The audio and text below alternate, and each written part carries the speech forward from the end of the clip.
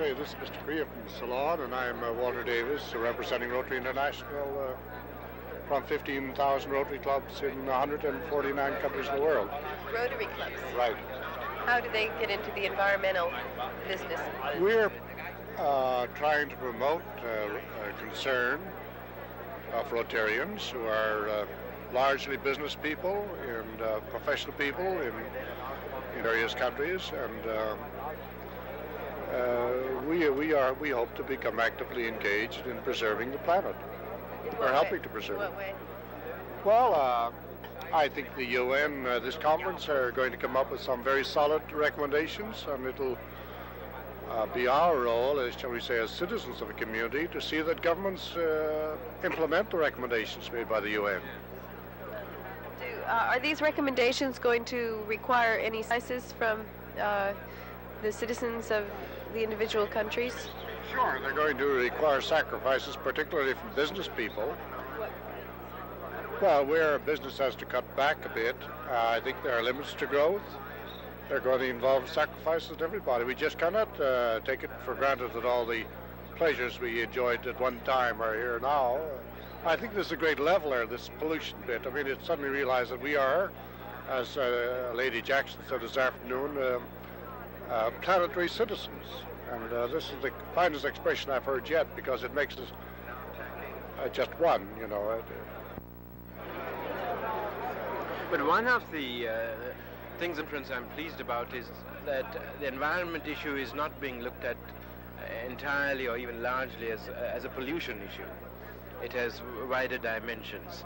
And this is coming out, you know, human settlements, natural resource management, better social programs. And this is, I think, what the developing countries were very anxious to emphasize, that it's not just the pollution problem, but all these other human aspects. And I think this conference is beginning to reflect that. Oh, it's certainly the greatest thing that has happened in history, I think. I mean, I don't think that anything has affected the thinking and actions of so many people as this conference. To me, it has been a success in that it has already disturbed the conscience of many, many people who were quite indifferent to the destruction of our planet. You know, millions of people now realize for the first time that there are limits to growth, and that the planet is limited to what it can do and to the number of people it can serve. And we have suddenly found a common denominator right here, I think, on this. But what I want to know is, how can you tell a businessman in the United States that he has to slow down and not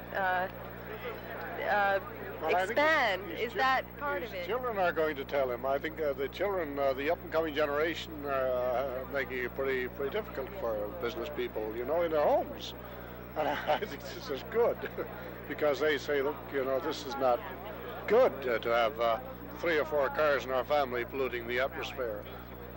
This is not good to have 2 or 3 color television sets and electric toasters and so on. And the kids are from very well-to-do families in the United States and Canada are going home and getting this message through.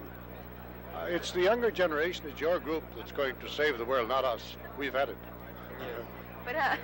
But we can't even get into, only time we're allowed to come to the conference. This big banquet. They lock us out at the door. Really? Even with this green card? Oh yeah. You can get into the building, but you can't go into. I see. There's no input. Yes, I